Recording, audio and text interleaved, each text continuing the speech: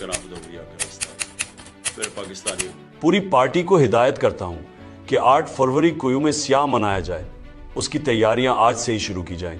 जिस शख्स ने तहरीक इंसाफ से भल्ले का निशान और इलेक्शन छीनने की कोशिश की, वो तारीख के तारीख कब्रिस्तान में गुम है। Chief election commissioner Sikandar Sultan Raja की मौदत भी कल ख़त्म हो रही है। अगर आर्टिकल 6 इस मुल्क में किसी पर लगना चाहिए तो वो सिकंदर सुल्तान राजा है। उसने आवाम के मैंडेट को चोरी किया और काजी फाइज ईसा ने इस इंतखाबी फराड को तहफ़्फ़ुज़ फराहम किया। हमारा मकसद पाकिस्तान में शफाफ इंतखाबात, आइन और जमहूरियत की बहाली है। हम चाहते हैं मुल्क में जमहूरियत बहाल हो और कानून की हुक्मरानी वापस आए। मुल्क में मुअत्तल बुनियादी इंसानी हुकूक दोबारा बहाल हो। सेनेटर एजाज चौधरी के प्रोटेक्शन आर्डर जारी ना होना काबिल मजम्मत है। अगर हाउस इस पर कोई कार्रवाई नहीं करता तो मैं ये कहने में मुकम्मल हक बजानिब हूँ कि पाकिस्तान में जमहूरियत, आइन और कानून का मुकम्मल जनाजा निकल चुका है। अदलिया, पुलिस, एजेंसियों, FIA सबको अपने असल कामों से हटाकर सिर्फ और सिर्फ तहरीक इंसाफ को कुचलने पर लगा दिया गया है।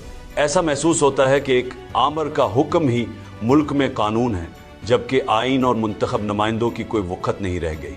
इंसाफ की फराहमी किसी भी ममलकत को चलाने के लिए बुनियादी तकाजा होता है, मगर यहाँ 26वें आइनी तरमीम करके अदलिया के हाथ पांव काट दिए गए।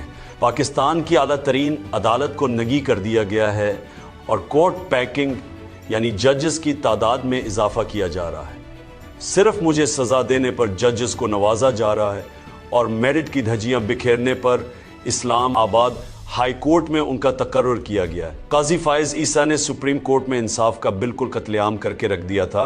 उसके बाद अदलिया से इंसाफ की तवक्को ख़त्म हो चुकी है। हमारा मुतालिबा है कि सुप्रीम कोर्ट बुनियादी शहरी और इंसानी हुकूक का दिफा करे। सिविलियन के मिलिट्री ट्रायल की बैन अल-अक़वामी और मुल्की कवानीन में कोई गुंजाइश नहीं। हमारा दूसरा मुतालबा है कि 26 नवंबर और 9 मई के वाक़यात की जुडिशल कमीशन के ज़रिए आज़ाद इंक्वायरी करवाई जाए। मुझे मालूम है कि इन वाक़यात का मास्टरमाइंड कौन है। ये वही हैं जिन्होंने 9 मई की CCTV फुटेज गायब की है। हुकूमत की जानिब से जुडिशल कमीशन की मुखालफत की कोई वजह समझ नहीं आती, मासवाए इसके कि वो खुद उस वाक़े में शामिल है।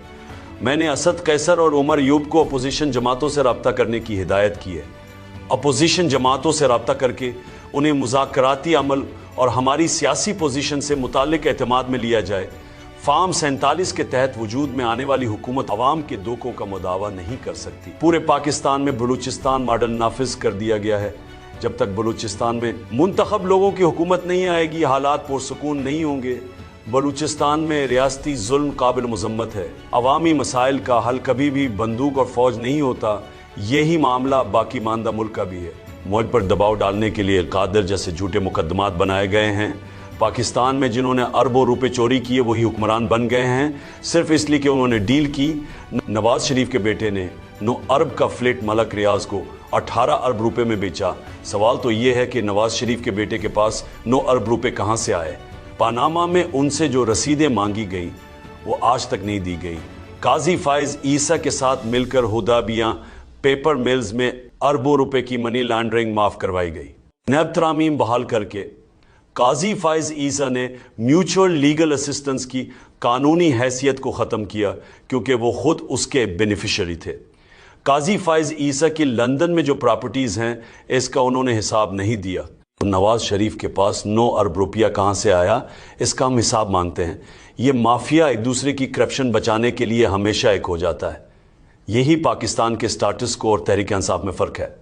मुझे भी डील ऑफर हुई, मगर जब मैंने कोई चोरी ही नहीं की तो समझौता क्यों करूं। मैं आखिरी दम तक डील नहीं करूं।